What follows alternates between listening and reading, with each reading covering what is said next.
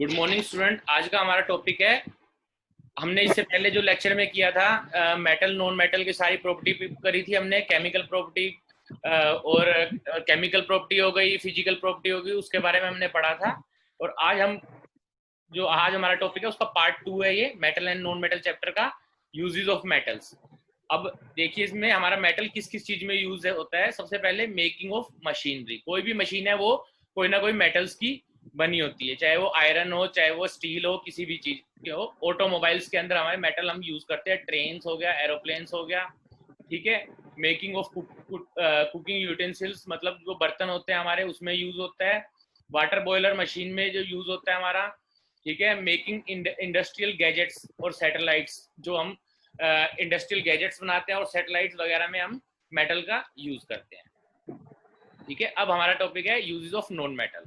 Non metal कहाँ कहाँ use होता है? Essential for life.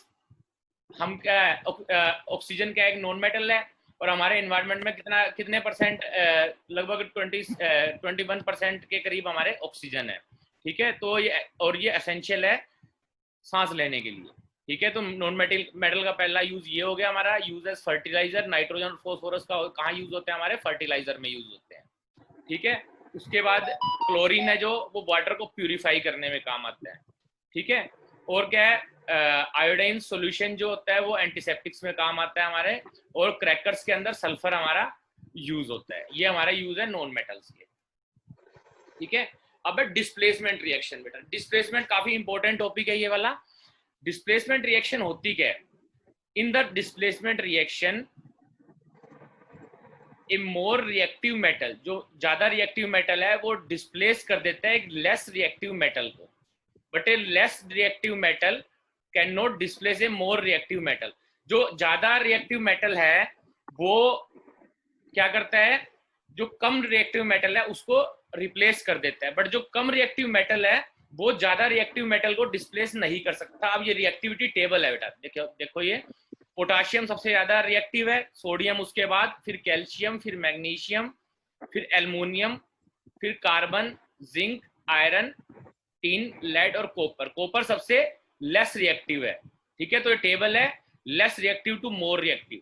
सबसे कम रिएक्टिव कॉपर, फिर लेड उससे ज्यादा रिएक्टिव, टीन उससे ज्यादा, आयरन उससे ज्यादा, जिंक, और सबसे ज्यादा रिएक्टिव कौन सा है? पोटाशियम, ठीक है। अगला है हमारा, अब ये देखिए हम इसको एक्सपेरिमेंट एक्टिविटी के थ्रू करते हैं। ये देखिए हमारे पास 5 बीकर है, ए बी सी डी और ई, ठीक है।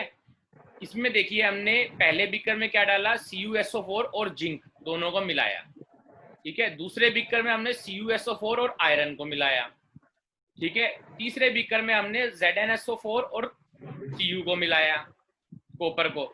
फोर्थ बीकर में हमने किसको मिलाया? FeSO4 और Cu को मिलाया, मतलब आयरन सल्फेट और कॉपर को मिलाया। और फिफ्थ बीकर में हमने ZnSO4, जिंक सल्फेट और आयरन को मिलाया। अब रिएक्टिविटी टेबल देखिए, सबसे ज्यादा रिएक्टिव कौन सा है? अब पहला बीकर की बात करते हैं, इसमें कॉपर और जिंक है। कौन ज्यादा रिएक्टिव है? कॉपर कहाँ आ रहा है? ये आ रहा है, और जिंक ये आ रहा है। तो जिंक क्या है? ज्यादा रिएक्टिव है, कॉपर उससे कम रिएक्टिव है। तो जिंक क्या करेगा? कॉपर को रिएक्शन होगी और कॉपर को रिप्लेस कर देगा। तो जिंक सल्फेट प्लस कॉपर होगा उसमें। नहीं, कॉपर वो अगले में है ना बेटा, ये रहा। अभी इसके अंदर जो मिला रखा है सब में अलग अलग सोल्यूशन मिला रखे हैं बेटा मैंने, ठीक है। जो पहला वाला होगा जब वो रिप्लेस करेगा, हाँ हाँ, तो रिप्लेस करेगा।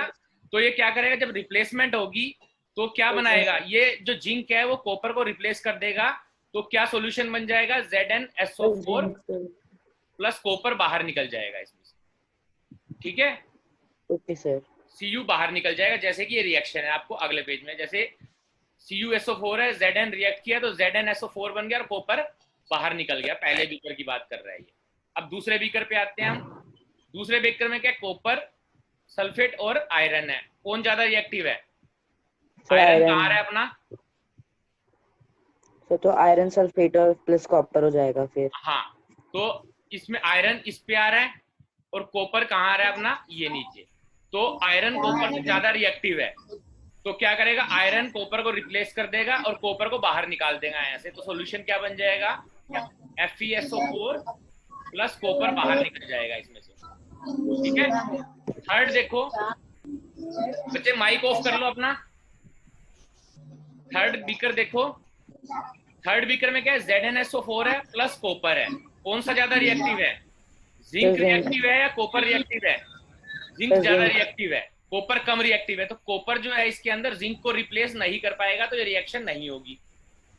ठीक है, क्योंकि कॉपर क्या है, जिंक से कम रिएक्टिव है। तो डिस्प्लेसमेंट रिएक्शन में क्या होता है, जो कम रिएक्टिव मेटल है जो, वो ज्यादा रिएक्टिव मेटल को डिस्प्लेस नहीं करेगी, तो मतलब ये रिएक्शन नहीं होगी। ठीक है, अगला बीकर में देखते हैं। सर कैल्शियम तो उसको हटा सकता है ना, जिंक को? कैल्शियम नहीं है बेटा, ये कॉपर है, Cu है। तो सर कॉपर है। हाँ, फोर्थ बीकर में देखिए आप, आयरन सल्फेट है और कॉपर है। ठीक है, अब देखो कौन ज्यादा रिएक्टिव है, कॉपर ये आ रहा है, आयरन ये है। तो आयरन वाला ज्यादा रिएक्टिव है, कॉपर कम रिएक्टिव है, तो कॉपर आयरन को डिस्प्लेस नहीं कर सकती, ये रिएक्शन भी नहीं होगी। ठीक है, माइक अपना ऑफ कर दो।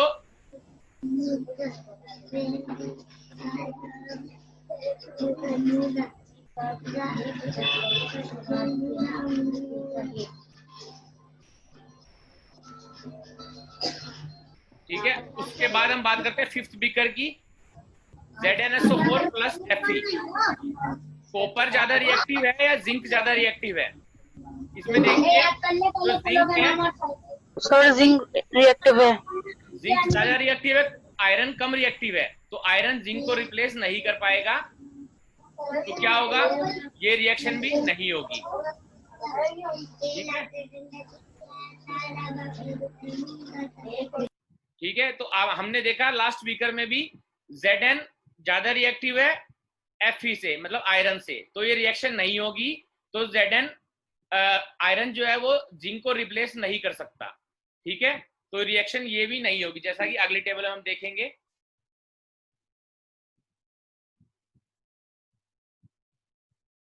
जैसे कि ये पहले दो बीकर में रिएक्शन हुई, क्योंकि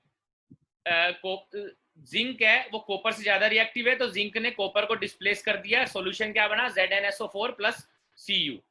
ठीक है, सेकंड बीकर में भी रिएक्शन होगी, क्योंकि आयरन कम रिएक्टिव है, आयरन ज्यादा रिएक्टिव है कॉपर से, तो आयरन ने कॉपर को रिप्लेस कर दिया, FeSO4 बना लिया और कॉपर रिलीज हो गया, मतलब कॉपर अलग हो गया। और तीनों बीकर में हमने देखा, लास्ट के तीनों बीकर में कोई भी रिएक्शन नहीं होगी, क्योंकि कॉपर जो है तीसरे बीकर में लेस रिएक्टिव है जिंक से। ठीक है, कॉपर जो है वो कम रिएक्टिव है जिंक से, तो रिएक्शन नहीं होगी। और उसके बाद फोर्थ बीकर में क्या है, कॉपर कम रिएक्टिव है आयरन से, तो कॉपर आयरन को भी रिप्लेस नहीं कर सकता। और फिफ्थ बीकर में हमने देखा कि आयरन जिंक से भी कम रिएक्टिव है, तो जिंक को भी रिप्लेस नहीं कर सकता। तो लास्ट के तीनों बीकर में रिएक्शन नहीं होगी। ये लास्ट के तीनों बीकर में रिएक्शन, C, D और E बीकर में कोई रिएक्शन नहीं होगी, क्योंकि तीनों जो मेटल है वो लेस रिएक्टिव है पहले वाले इससे ZnSO4, Zn से कम रिएक्टिव है कॉपर, और ऐसे ही आयरन से कम रिएक्टिव है कॉपर, और जिंक से भी कम रिएक्टिव है आयरन। तो इसलिए तीनों बीकर में रिएक्शन नहीं हुई। अब अपने पास टॉपिक है डबल डिस्प्लेसमेंट रिएक्शन। ठीक है, इसमें क्या होता है कि दो कंपाउंड है हमारे पास। देखो, in this type of chemical reaction where two compound reacts, दो कंपाउंड है, पहला कौन सा है, Na2S, और दूसरा क्या है, HCl। दो कंपाउंड है, and the positive ion cation, मतलब पॉजिटिव आयंस उसको क्या बोलते हैं, कैटायन, और नेगेटिव आयंस को क्या बोलते हैं, anions of to reactants switch there places. मतलब इसका देखो, ये पॉजिटिव है ये नेगेटिव है। ठीक है, इसमें ये पॉजिटिव है ये नेगेटिव है, क्योंकि Na2S किससे मिलकर बना है, सोडियम और सल्फर से। HCl किससे मिलकर बना है, हाइड्रोजन और क्लोरीन से। तो hydrogen positive chlorine negative, sodium positive और सल्फर नेगेटिव, तो इसको बोलेंगे कैटायन। पॉजिटिव आयन को बोलेंगे कैटायन, और नेगेटिव वाले को बोलेंगे एनायन। ठीक है, इसका ये कैटायन हो गया हाइड्रोजन, और ये एनायन हो गया। डबल डिस्प्लेसमेंट रिएक्शन में क्या होते हैं, ये कैटायन आपस में क्या होते हैं, रिप्लेस हो जाते हैं। जब रिएक्शन, जब Na2S को मिलाएंगे HCl के साथ, तो क्या होगा, इसका जो दूसरे कंपाउंड का पॉजिटिव आयन है वो इसकी जगह ले लेगा, और इसका पॉजिटिव आयन इसकी जगह ले लेगा। तो क्या बना हमारा लास्ट में कंपाउंड क्या बना, NaCl बन गया, और दूसरे में हमारा क्या बन गया, H2S बन गया। ठीक है, तो ये हो गई हमारी डबल डिस्प्लेसमेंट रिएक्शन। ये हमारा चैप्टर पूरा हो गया है।